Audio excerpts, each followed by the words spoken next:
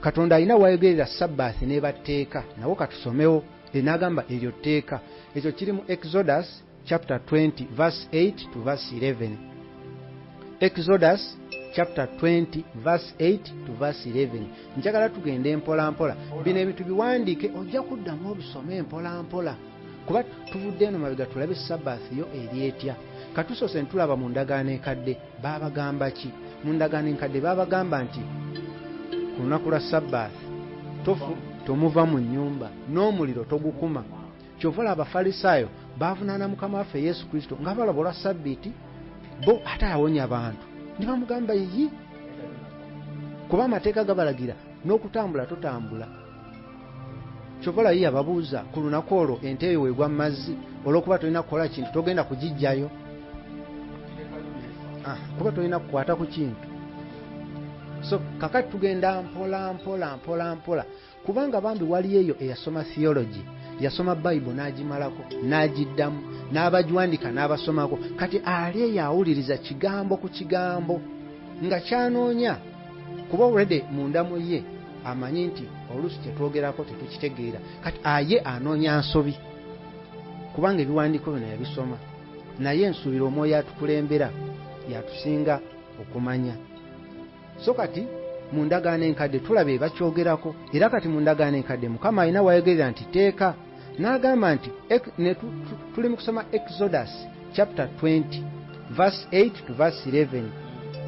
Katonda wagamba nti keep the Sabbath holy. Tegedde Katonda yagamba keep the Sabbath holy. Nawandise ebyawandikibwa bino njagala tubigendeko mpola mpola. Then nekirala tujjukire nti ekintu kino ekya Sabbath ne mu ndagaano empya kyaleeta olutalo olw'amaanyi. Kyova olaba osoma mu kitabo kya Titus chapter 3 verse 9 Mukama atugamba tuleke okuwakana ku kyamateeka naddala Sabbath. Eyo controversy kwegamba okuwakana okwo kaba katego ka Sitaani kubanga okuwakana muba munoonya ani asinze ani mutuufu ani mukyamu. Ekyo Katonda takyagala. Ekyo kiri mu Titus chapter 3 verse 9 wosanga argument ya Sabbath togiyingiramu. Sitaani azze kuva emirembe egyasooka ng'abantu bayomba n'okwetta ne betta ne wajjawo enjawukana ez'amaanyi. Katokkiriza kuwakana okwo kujje mu ggwe bw'olaba okuwakana kuzzemu abantu bawakana sirika toyogera. Kino kya mpola mpola kya mwoyo. Then kati awo tumaze okulaba Katonda walagira tteeka then tutunuulire wano ku ky'okubeera nti tujjukire mu Acts mu bikola by'abatume chapter 15 waliwo era argument nene nnyo ku Sabbath ne wabeerawo kye baayita the Jerusalem Council. Ba apostles ne bajja ne batuula ne bagamba ensonga eno tugenda gikwata tutya kuba yaleeta controversy y'amaanyi. Kati we baatuula baava mu kanso eyo nga tewali kye basazeewo nga sayidi zonna tezikiriziganyizza. Kati omwoyo n'abaluŋŋamya. Omwoyo oyo abaluŋŋamya bwe tusoma mu Romans chapter 14 verse 5 to 6 ne bakkaanya ku kino. Mwoyo n'abagamba nti kaakati oyo ayagala okusinza olunaku olulala alusinza ng'amanyi asinza Katonda, n'oyo asinza ku lulala amanyi asinza Katonda. Era awo basooka ne bagamba buli omu tumuleke ku lunaku lwe kuba asinza Katonda. Kubanga Pawulo kye yalaba nti abantu be bayogera nabo baali ku madaala ga njawulo mu mwoyo. Kati ate buli omu ng'ategeera okusinziira ku ddaala lyaliko mu mwoyo. Ate era buli omu awulira Katonda okusinziira ku ddaala lyaliko mu mwoyo. Kati wekuba kusoma temuyinza kudisikasinga ku topic n'omuntu ali mu P3 n'owa P7 n'owa senior 6 mwena mudisikasinga ku topic egi. Owa P3 ajja kwogera okusinziira ku kyategeera n'omulala kati ekyo mwoyo yabalaga ekyo n'abagamba abantu bano be mwogera nabo bali ku ntegeera ya njawulo mu mwoyo. So kati gyensonga lwaki we tusoma mu kitabo kya Romans chapter 14 verse 5 to 6 Mukama atulaga ng'agamba oyo asaba ku lunaku olwo olulala asaba ng'asinza Katonda mu mutima gwe kyamanyi, n'oyo asinza ku lulala asaba. Kino kiyamba abato mu mwoyo discussion eno ereme baleetera kusalawo bubi. Kati katugende mu maaso bwe tulaba mu kitabo kya Colossians Abakolosaayi chapter 2 verse 16 ne 17 awo Mukama ye n'asooka atulabula n'agamba temusala musango, don't pass judgment, nga tusinziira ku muntu olunaku lwasinza oba omwezi oba festival gy'akola. Okitegedde? N'olw'ensonga eyo tosalira muntu musango, togamba nti ono mukyamu, gweyogera amazima. Kati bw'oyogera amazima omuntu ye, kubanga kino omuntu gy'akoma okukola mu mwoyo, kino Sabbaati sikya gye ngenda okumalira eno gya kulaba nti omuntu okitegeerera ddala obulungi ayina kusooka kukulamu mu mwoyo, kuba Sabbaati yennyini gye tunaggwera nja kukubulira ki gye kiri n'abaweereza. Naye njagala mbalage Sabbaati eno gyevudde mu ndagaano enkadde n'empya ne controversy gye yaleeta tegireese leero, yaleeta controversy y'amaanyi. Kyovola mu Baluumi 14:5-6 ne batuuka okugamba oyo asinza ku lunaku olwo ye lwakkiriza asinza kusinza Katonda, n'oli naye asinza kulala naye mutima gw'amanyi asinza Katonda. Ekyo kiyamba abato mu mwoyo. N'ekirala kye njagala tumanye nti bwe tuba tusomye mu Romans, tusomye mu Romans chapter 14 verse 5-6, Romans 14 verse 5-6, awo Mukama alina kyayogera ku bato mu mwoyo. Buli omu asinza olunaku lwe kasita amanyi asinza Katonda, ekyo bakituukako. Kakati tugenda kutuuka ku Sabbaati yennyini. Kati katwogere ku the true Sabbath. Wali tubadde tutema musingi, tukulaze nti mu ndagaano enkadde tekwali kuwummula, tofuluma nnyumba, n'omuliro tokola ki? Tokuma. Ge gaali amateeka. Ne tujja mu mpya n'osoma ne tulaga nti baakuŋŋaananga ku lunaku olusooka mu wiiki, naye nga teboogera ku Sabbaati. Baakuŋŋaananga ku lunaku olusooka.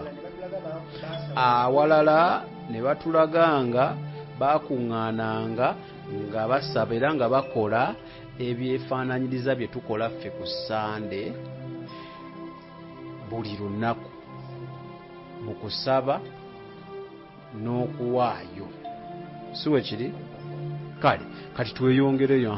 N'ekirala kye tulabye nti mu Bikola by'Abatume 15, Acts chapter 15, waliwo controversy ey'amaanyi, ne baafuna gye bayita Jerusalem Council, ne bajja ba apostles bonna balabe bakutte batya ensonga eno eya Sabbaati. Bwe baamaliza kanso eyo, bwe tulaba mu Bikola by'Abatume 15 verse 19-20, ne basalawo ne bagamba abantu bano bonna katubawandiikire. Okumalawo controversy ne babawandiikira ekyo kye tulaba mu Romans chapter 14 verse 5-6, nti oyo asinza olunaku ye lwakkiriza alukola kusinza Katonda, n'oli akkiriza olulwe alukola naye kusinza Katonda. Olwo nga bayamba abato mu mwoyo. Kati eyo bwe tuvaayo katugenda kutuuka Sabbaati yennyini yeeriwa kyeki kati kye tugendako. Kati bwe tuba tugenze ku kya Sabbaati yennyini yeeriwa Sabbath, kati katuddeyo ku God's rest. Sabbaati yennyini God's rest, okuwummula kwa Katonda kuli kwe yawummula ng'atonda n'awummula ku lunaku olw'omusanvu, ye God's rest, ye Sabbath. Kakati tugenda kutandika katusooke twebuze God's rest yo kyeki era etegeeza ki? Bantu ba Katonda abalungi, tujjukire nti we tusoma mu Bebulaniya Hebrews chapter 4 from verse 1-7 boogera ku God's rest, boogera Katonda ekisuubizo kye yakola ekyokuyingira mu rest ye nga n'essaawa zino kikyaliwo. Kuba kati tuli ku God's rest tugirabako mu Hebrews chapter 4 from verse 1-7. Ali yawuliriza, soma Hebrews chapter 4 from verse 1-7 olabe God's rest, nti ekyo ekisuubizo nakati kikyaliwo. Kuba Katonda yawummula n'afuna rest, atugamba nti naffe tulina okuyingira mu his rest. Kakati wovaawo n'ogenda nti abo abakkiriza be bagenda okuyingira mu God's rest. Era ojja kulaba nti Katonda alina ne waalayira abalala n'abagamba tebaliyingira mu kuwummula kwe, God's rest.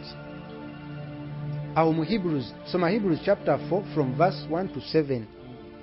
Era ojja kulaba nti Katonda yalonda n'olunaku, olunaku olwo n'aluyita today. Owulira? Katonda yalonda olunaku n'aluyita today. era n'agamba today when you hear his voice don't harden your heart. Okiwulidde ekyo? Kati olwo olunaku Katonda n'alulonda today n'agamba when you hear his word don't harden your heart. Era we tulabamu awo wenyini mu Hebrews chapter 4 from verse 1 to 11 somawo mpola mpola ojja kulaba nti Katonda ayogera nti Sabbath. Era ojja kulaba engeri gy'annyonnyolawo ng'agamba nga walaga nti Sabbath era God's rest ye Kristo, ng'agamba Kristo ye God's rest. Era ojja kulaba nti ne Kristo yennyini yayita abo abakooye bajje gy'ali abawummuze abayingize mu God's rest. Wano wakulu nnyo Sabbath ye Kristo. Kuba abantu beebuuza naye olutuufu lwe luwa? Lwa mukaaga Sande, ekituufu kye kiruwa? Amazima ge galuwa? Amazima ye Kristo ge mazima. Sabbath ye Kristo. Kyova olaba yagamba nti abo abakooye abazitooleddwa mujje mbawummuze abayingize mu God's rest. Era Musa we yali akulembera abaana ba Isirayiri baali eri mu Egypti nga bakola nga babonaabona nga bagamba tuligenda tutya ne tuwummula. Era baali basuubira nti Musa gy'abatwala ye wagenda okubeera rest bawummule. Era baalina essuubi nti gye tugenda ye promised land, yensi ensuubize gye tujja okuwummulira, nga bo ye rest yaabwe ye God's rest yaabwe yali badde nga Sabbath yaabwe ekwatagana n'okuwummula kwa Katonda, kuba Sabbath eva mu kuwummula kwa Katonda, God's rest, kuba ye yasooka okufuna rest. Lindako, Sabbath tekiri ku lunaku. Sabbath ye Katonda, ye Kristo. So bino bye tubaddeko nti lwakumeka tubadde mu byaffe. Sabbath ye Katonda. Okitegeera obulungi abaana ba Isirayiri baali basuubira okugenda mu nsi ensuubize nga gye bajja okuwummulira, gye bagenda okufunira rest. Naye Musa we yafa ne basigaza Joshua.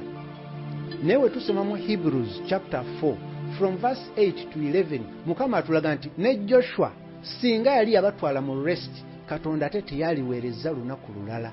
Ekyo kiri mu Hebrews chapter 4 from verse 8 to 11 ayogera ku Joshua n'agamba Joshua singa yali yabatwala mu kisuubizo ekyo, Katonda teyaliyogedde ku lunaku lulala.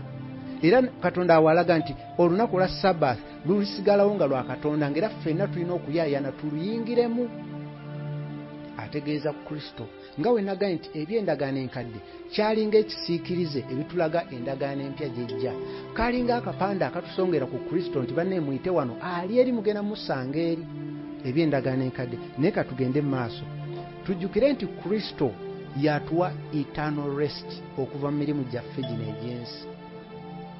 Bw'otuuka munda mu Kristo n'akulamu gwe paka ku kipimo n'obujjuvu bwe mu kigera kye yakuwa eternal rest. Ekyo ffenna tukimanyi. Katugende ku Yesu Kristo. Ye yakwata atya Sabbath? Kubanga tujja kulaba nti Yesu Kristo we tusoma Yokaana 5:8-9, John chapter 5 from verse 8 to 9, ojja kulaba nti Jesus yawonya ku lunaku bali lwe bamanyi olwa Sabbath lwe baasoma. Era ne bamubuuza lwaki onyeza ku lunaku olwo. Kitegedde nga bo tebakkiriziganya nakyo. Era tulaba nti w'osoma Yokaana 5 n'osoma 16-17 ojja kulaba nti ensonga lwaki bapasecutinga Jesus lwa kumenya Sabbath, bo gye bayitanga Sabbath mu mateeka, y'ensonga gye bagamba lwaki baamubonyaabonya ne bakola ebi byonna. Kuba b'amateeka baali bagasoma ng'era bagakwata ng'era bagamba wome tolina kukola bwoti, bali ku mateeka gali. Naye kati ye kennyini gwe tukkiriza omulokozi w'ensi. Soma Yokaana 5:16-17. The Jews persecuted Jesus kubanga yakola ebyo ku Sabbath. Yesu yennyini n'ayogera nabo n'abagamba kitange n'olwaleero akyakola, nange kennyini nkyakola. Bo nga bamubuuza lwaki okola ku lunaku olwa Sabbiiti. So bo baali bamuvunaana kumenya mateeka. Bo baali bamuvunaana kumenya mateeka. Era n'abagamba nti olunaku olwo lwa Sabbiiti baalukolanga lwa muntu, wabula omuntu teyakolebwa nga ye wa lunaku olwo. Ako akaddemu bulungi. Kati kankolewe nti kwegamba yabalaga nti olunaku lwa sabbiiti baalukola nga lwa muntu, so omuntu si yakolebwa nga kwegamba kyagezako okulaga nti omuntu wa mugaso nnyo okusinga olunaku lwa sabbiiti. olunaku baalukola nga lwa muntu, so tebaakola lunaku, omuntu tebaamukola kubeera nga lunaku lw'owuninga omuntu, wabula omuntu y'alina owuninga olunaku. so kitegeeza olunaku terukufuga, gw'alina okufuga olunaku olwo.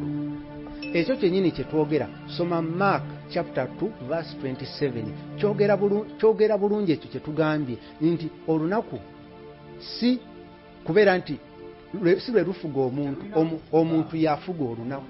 Yesu Kristo kye yabanyonnyola nga bamugamba lwaki okoze ku lunaku olwo, n'abagamba nti nze kitange akyakola, nange kennyini nkyakola, nga bamuvunaana okuwonya ku lunaku olwo. Ekyo kiri mu Mark chapter 2 verse 27. Era tujjukire nti Jesus ye yaleeta eternal rest, okuwummula okwo ye Sabbathi. Era we tusoma mu Matayo 5:17, Matthew chapter 5 verse 17, Jesus ayogera n'agamba nti tazze okumenya amateeka amakadde ag'abannabbi, wabula azze kugatuukiriza. Okitegedde?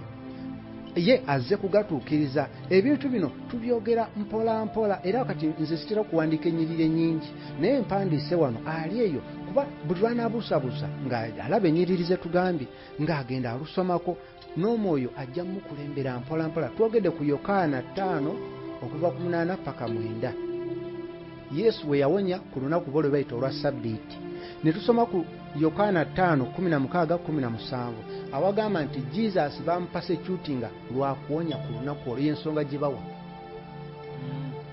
Ne tusoma ku Mark chapter 2 verse 27, Jesus we yali abagamba nti Sabbath was made for man but not man made for the Sabbath. Then ne tusoma ku Matayo 5:17, Yesu we yayogera n'agamba nti teyajja okuggyawo amateeka gali, wabula yajja okugatuukiriza. Tuli mugenda mpola mpola. Then kati n'ekirala tulaba nti lwakuba ekizibu ekibaawo kugoberera bulombolombo bwansi, bwe tuzze tulaba ng'abantu bakola ekyokulabirako. Leero omuntu oyinza okugamba kirabika okuva edda olunaku lwa Sabbiiti ng'abantu bakuŋŋaana ne bagenda ne basaba, naye tulabye mu ndagaano enkadde Katonda yabalagira ku lunaku olwa Sabbiiti balukuze, naye tebafuluma ne mu nnyumba wadde okkuma omuliro. Okirabye?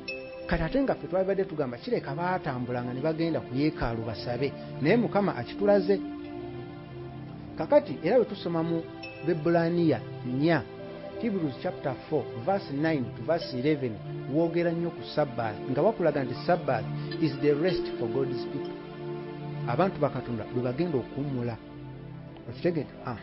Era kyovola Matayo 11:28 paka 3, Matthew chapter 11 verse 28 to 30, ojja kula Yesu ng'agamba mwe mwenna abakooye era bazitoowereddwa mujje ye abawe okuwummula, nga kitegeeza abatwale mu God's rest nga Katonda bwe yawummula ku lunaku olw'omusanvu.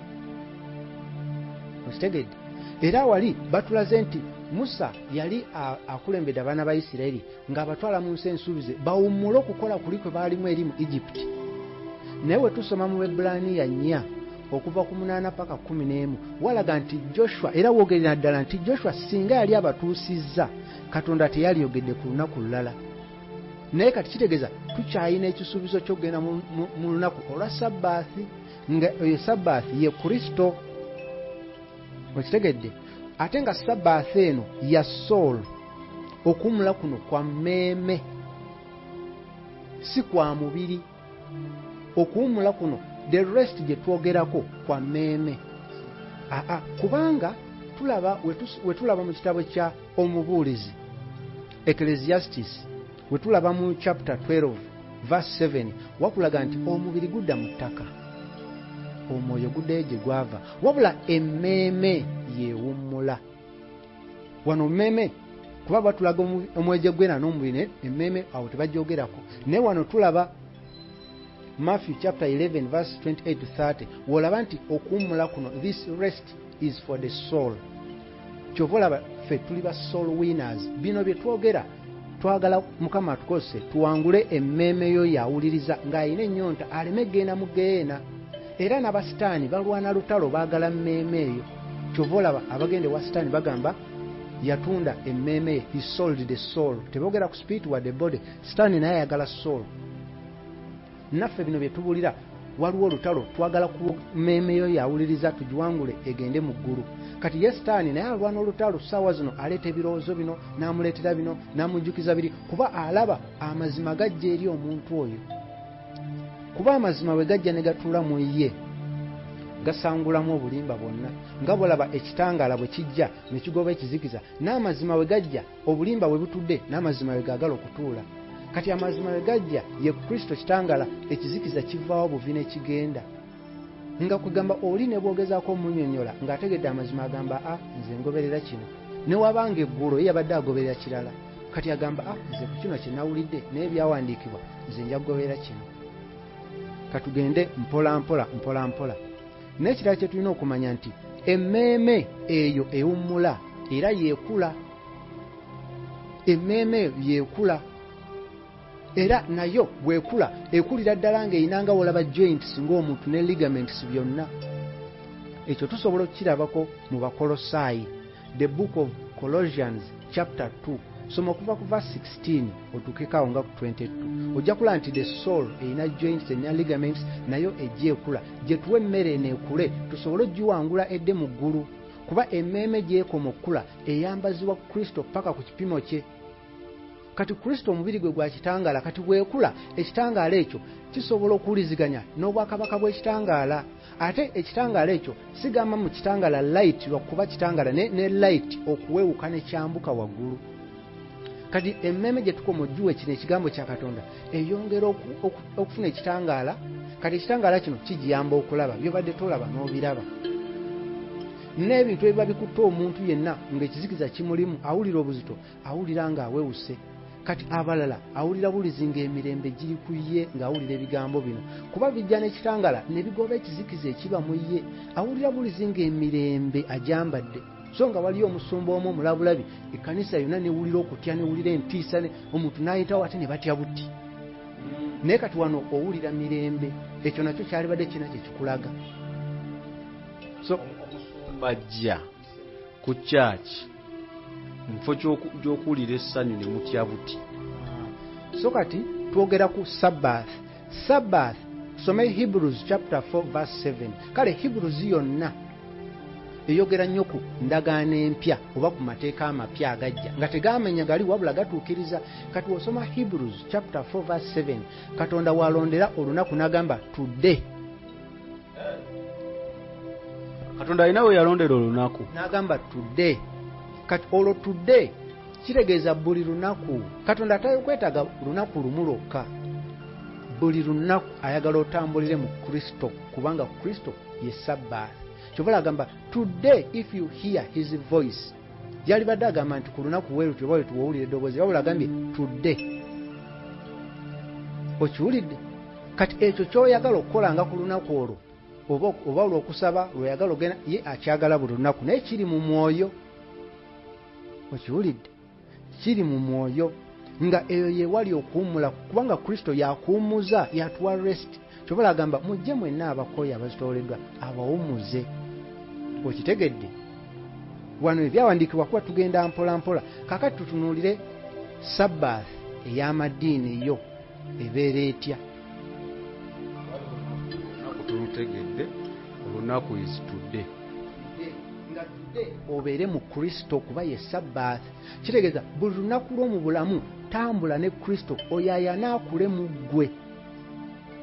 Olwoba otambulira ogenda mu Sabbath kuba mwowummulira kuba gy'otegerera bingi n'owummula okuyaayana kw'ensi yakuwummuza. Katunuulire Sabbath ey'amadiini g'ensi.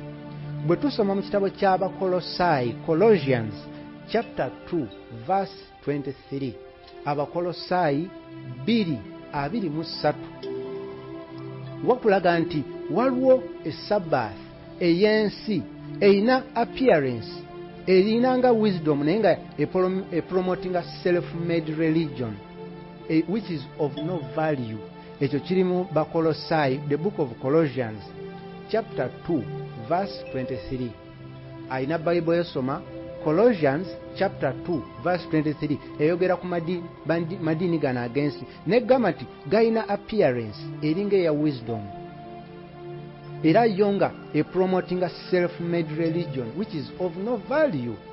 Nze nange mbisoma wano mu Bible omwoyo yatukulembera naye nga ye alina kyakulaga ggwe ali eyo.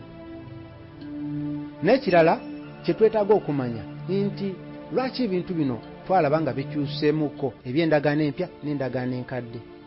Ebintu bino byakyukamu ebiti nti Abaleevi mu ndagaano enkadde be baalinga wala abakabona abakulembera mu yeekaalu, naye Mukama yalaba nga esooka nabo baali boonoonyi era nga beenenya ku lw'abantu ne ku lwabwe.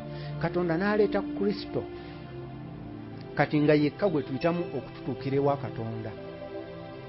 Era ye najja mu lunyiriri lwa Melkizedeki. Melkizedeki teyamanyibwa gye nsibuko ye na ntandikwa ye. Kati Mukama n'atuleetera era omuntu gwe tutaamanya eyayogeranga kati Yesu ebintu byayogeranga. Kati olw'okubanga kati Yesu okujja priesthood n'ekyuka n'eva ku Baleevi nedda abo abali mu lunyiriri lwa Melkizedeki nga Yesu Kristo n'abamugoberera. Kakati ne wajjawo obwetaavu. Bw'osoma Hebrews chapter 7 verse 12 wajjawo obwetaavu obw'okubeera nti nga priesthood bwe yakyuka waaliwo obwetaavu n'amateeka okukyuka. Nga priesthood bwe yakyuka n'eva ku Baleevi waaliwo n'obwetaavu ne amateeka okukyukamu. Ekyo jakiraba mu Hebrews chapter 7 verse 12. Actually ekitabo kya Hebrews kyonna kisome mpola mpola kigenda kuyamba gwe ayagala okutegeera Sabbath. Naye nga mu bufunze Sabbath gye tunaakomekereza Sabbath ye Kristo mw'omulira era ng'omugoberera buli lunaku. Kyova Katonda yalonda olunaku n'agamba today if you hear his voice. Hebrews chapter 4 verse 7. If you hear his voice. Wadde ensi yo yakola ebyayo kuba ensi tugoberera bye tuzze tulaba abalala bye bakola. Era Katonda yakimanya tujja bigoberera bye tulaba bakola. Kati ye Mukama n'agamba walk by faith not by sight. Togoberera ekyo kyolaba, goberera ekyo kyokkiriza. Kubanga ffe tuli bantu ba faith. Era ne bino bye twogera buli omu agenda kubikkiriza mu ye okusinzira ku kipimo ky'okukkiriza okuli mu ye, ng'ekipimo ky'okukkiriza ekiri mu muntu oyo kyenkanankana obungi bw'ekipimo kya ennyonta n'okwagala okuli mu muntu oyo. Ayina ennyonta ennyingi n'okwagala okungi eri Katonda agenda kutegeera bingi. Ayina ennyonta entono n'okwagala kutono agenda kutegeera kitono. Kubanga eri ennyonta n'okwagala kye kipimo ky'ekitangaala ekiri mu ye. Kye kipimo ky'ebyo. Ekitangaala ekingi kimulisa wanene n'olaba bingi. Ekitangaala ekitono kimulisa watono. Kati gw'alina okwagala okungi okwo okwagala kwe kugenda okuvaamu ekitangaala ekingi kimulise olabe era otegere bingi. Alina ekitangaala ekitono agenda kutegeera bitono kubanga ekitangaala ekiri mu ye kitono omumulisiza alabe. Era ky'oba olaba abo abalina ennyonta n'okutegeera ennyo Katonda be bagenda okutegeera bino. So nga waliyo n'oyo agenda okulira bino Sitaani abimubbeko nga yakabiwulira bw'ati. Kuba kino kigambo kya Katonda. Ekifo ky'okujja kigwe ku mutima ettaka eggimu waliwo ebigenda okugwa mu maggwa. Olinga oluusi kweraliikira ebintu by'ensi eno kwegamba nga abanga akiroozaako naye ate n'alowooza ku by'ensi omulaba ekyo n'akibba n'akivaako. So nga lwa agenda okinyweza mu mutima gwe ategere ye Kristo, tulina kutambulira mu Kristo. Akule paka ku kipimo n'ekigera kyaffe. Era ye Katonda yamanya nti ekipimo ky'okwagala kw'omuntu okuli mu ye kwe kumuyamba okutegeera bino. Nga gy'okoma okwagala muntu munno oba n'ekitangala kingi ekigenda okukumulisiza otegere ebya Katonda. Katonda kwe yasinzira n'agamba etteeka erisinga obukulu yagala Katonda yagala mulirwanawo n'omutima gwo gwonna n'agamba bw'onaakola kino ojja kuba otuukiriza amateeka gali gonna kubanga amanyi nti okwagala okuli mu ggwe obungi bwako bwe bungi bw'ekitangala ekiri mu ggwe. Ekyo ekitangala kye kimulisa n'otegera ebya Katonda. Era ng'ekipimo ky'okwagala okuli mu muntu kye kipimo kyo amaanyi Katonda gagenda okwesiga n'omuntu oyo era nga kye kipimo ky'ebyama bye byagenda okwesiga nabyo okusinziira ku kwagala okuli mu ggwe n'okukkiriza okuli mu ggwe. Era nga kakubeere kwenenya Katonda akusonyiwa okusinziira ku kipimo ky'okwagala okuli mu ggwe. Kubanga ekibi kibeera kizikiza, okwagala kitangaala. Kati bwe weenenya ng'olina okwagala kutono era okwagala okwo kwe kumulisa ne kugoba ekizikiza ekyo ekibi ekikubeeramu, alina okwagala okungi agenda kusonyibwa bingi. Kyova olaba tusoma mu Bayibuli awatulaga nti love covers a multitude of sins. Bw'oba n'okwagala kungi kubikka ku bibi bingi, kubanga okwagala kitangaala. Kati ekitangaala kimulisa ku bibi biri nga byo kizikiza ne bidduka. That is how love covers a multitude of sins. Katuddeyo ku Sabbath. Sabbath tulaba nti mu Hebrews, we tusoma mu Hebrews chapter 7 verse 22, tulaba nti Kristo ye garanta yekka okubeera nti ffe tujja kwegamba ye garanta w'endagaano empya yekka. Ng'omuntu bona akola endagaano ne muteekako garanta, Kristo yekka ye garanta ow'endagaano empya. Ekyo kiri mu Hebrews chapter 7 verse 22. Tuli mu genda mpola naye nga okusinga tuli mu kusoma Hebrews. Tugambye Hebrews chapter 4 verse 7, Katonda yalonda olunaku n'agamba today. Okitegedde Sabbath today si lunaku ki oba Sabbath today bisobola obeera enkya luli leero ye Sabbath. Era nga te Sabbath ye Kristo. Kitegeeza today tambulira mu Kristo. Bwe kityo bwe kiri bwe tuli mu kisomamu wano. N'ekirala tusomeko ne mu kitabo kya njagala tusomeko ne mu kitabo ekirala, tusomeko nti Hebrews chapter 4 verse 9 to 11 awalaga nti Sabbath is the rest for God's people. N'ekirala tugambye nti Sabbath gye tusomako ey'ensi eno yeneegwerako mu Colossians chapter 2 verse 23 nekulaga nti they have an appearance of wisdom in promoting self-made religion which are of no value. Ekyo kiri mu Colossians Abakolosaayi 2:23. Newankubadde ffe tutunuulira ebyo bye twasangawo bye tukoppa world traditions. Okitegedde? Ekibuuzo kyange kibadde kigenda kubeera nti kati ffe bino twabijjawa era byatandika ddi era byajja bitya, nti ffe tukugamba nti kati Sabbath ye luno, Sabbath ye abamu bagamba Saturday, abamu bagamba tembu Sunday, abagati byavaawa waaba Kamala byonna yagamba Sabbath is today. Anti kakati tulabye mu ndagaano empya nga bo okuŋŋaana olunaku olusooka mu wiiki bo baalujja mu Mark chapter 16 verse 9. Yesu Kristo lwe yazuukira bo nga baakuŋŋaananga okujjukira okuzuukira kwe. Kati bo baakuŋŋaananga olunaku olusooka mu wiiki okujjukira kubanga naye yazuukira ku lunaku. Bwe tulaba Mark chapter 16 verse 9 watulaga nti Yesu yazuukira olunaku olusooka mu wiiki. Kati bo baakuŋŋaananga era bwe tulaba mu Acts chapter 20 verse 7 baakuŋŋaananga first day of the week okujjukira luli lwe yazuukira. Okitegedde? Kati first day of the week yeki naye bo tebaakuŋŋaananga nti olw'okubanga it is a Sabbath. Era wala ne bakulaga nti bw'osoma mu ebikola by'abatume 2:46-47 baakuŋŋaananga buli lunaku ne bagabana emmere y'omwoyo ne basinza ne batendereza. Era bakulaga ne 1 Corinthians chapter 16 verse 1 to 2 ojja kulaba nti baakuŋŋaananga ne basinza ne batendereza ne bakola ne collections nga leero kye tulaba mu makanisa, naye nga bo bakikolanga first day of the week